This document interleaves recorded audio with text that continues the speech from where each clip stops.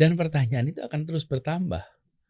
Oke. Jadi ketika tadi saya tanya KPI-nya apa penanganan ini? Oke, muncul apa solusi? Iya. Misalnya gini, saya ke pintu-pintu air nih Jakarta, ketemu petugas-petugas di sana, hebat. Oke. Jadi mereka pintu-pintu air itu ada pompa airnya di sana. Misalnya kalau kita lihat di sekitar karet ya, di karet itu muaranya ujungnya Kali Krukut. Oke. Kemudian Sungai Mampang. Mm-mm. Itu bermuara di sana. Itu posisinya muaranya itu lebih rendah daripada Kanal Banjir Barat. Oke. Terus dipompa ke atas. Pompanya gede-gede itu. Tuh kalau lihat pompanya diameternya hampir semeter tuh. Yang kelihatan dari pinggir jalan itu kan? Enggak kelihatan. Bukan. Dia tergantung. Yang kayak air apa sih namanya? Yang di terowongan Manggarai itu apa Pak? Oh bukan. Bukan. Kalau itu pintu air. Pintu air ya, beda ya? Kalau ini rumah pompa. Oke. Jadi bayangkan air dari sungai dipompa naik ke atas karena sungai yang selanjutnya lebih tinggi. Lah, kok bisa? Lah itu mah masalah, Pak. Ya memang kenyataannya begitu. Lah terus? Jadi karena kan dibangun baru Kanal Banjir Barat. Oke. Itu tapi posisinya tinggi karena ada tanggulnya. Terus dipompa naik ke atas.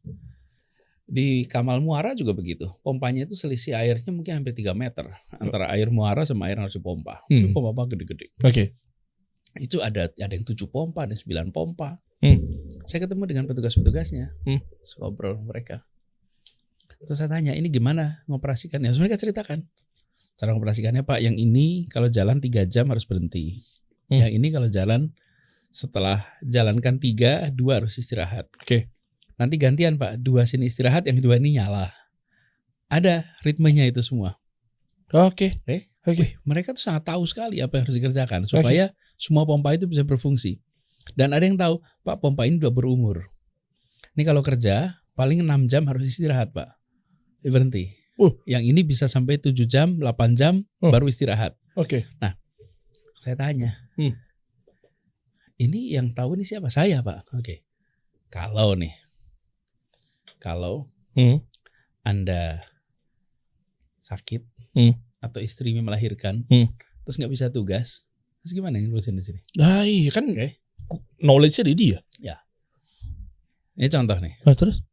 Jadi saya bilang, bagaimana caranya membuat pengetahuan dia menjadi pengetahuan umum, bukan pengetahuan pribadi. Didelegasikan. Bukan. Buatkan SOP di situ. Sekarang udah ada di setiap tempat SOP-nya. Oh. Jadi sekarang kalau siapapun yang datang, Bung Dery juga datang, Bung Dery melihat ini nyalain jam ini urutannya sekian tertulis tuh. Loh, memang sebelumnya nggak ada SOP-nya? Nggak ada. Masa sih Pak? Nggak ada. Lah terus berjalan bertahun-tahun? Itulah, ya karena mengandalkan orang-orang berpengalaman. Nah, ketika orang itu tidak bekerja, sakit, dan ternyata terjadi air besar, ya terjadilah banjir. Kita nggak tahu sebabnya apa. Iya. Pernah banjir hanya karena satu pintu air itu tertutup dengan pepohonan kayu-kayu gitu.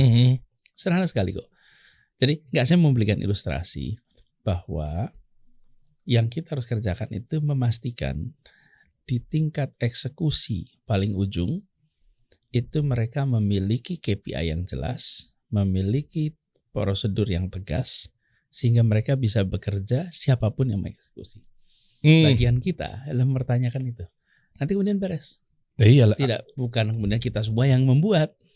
Karena kalau kita semua yang membuat, urusan di Republik ini terlalu banyak. Urusan di kota ini terlalu banyak. Tidak mungkin bisa diselesaikan oleh satu orang. Yang harus dilakukan adalah membuat sebuah organisasi bisa bekerja dengan efisien, bisa dengan efektif. Lalu kalau saya bayangkan ya, itu seperti orkestra. Oke. Dirigen nyiapin partiturnya. Kemudian tiap-tiap pemain biarkan memunculkan kreativitasnya di dalam orkestra itu. Oke. Kita datang, kemudian mulai perform bersama-sama akan menjadi simfoni. Tapi kalau partiturnya nggak ada, itu alat-alatnya ada, orangnya hebat-hebat, nggak jadi simfoni. Nggak ada arah. Nggak ada simfoni. Yang ada adalah simfoni itu kan nada yang terarah tuh, namanya simfoni. Tapi kalau nggak ya rame aja berantakan, walaupun ada semua. Jadi yang kami coba kerjakan bersama-sama kemarin di Jakarta itu adalah orangnya sama, peralatannya sama, organisasinya sama, tapi dibuatkan simfoni. Partiturnya baru, prosedurnya baru, KPI-nya baru. Oke. Sama seperti ini, kita bicara UMKM, transportasi di Jakarta, sama. Oke.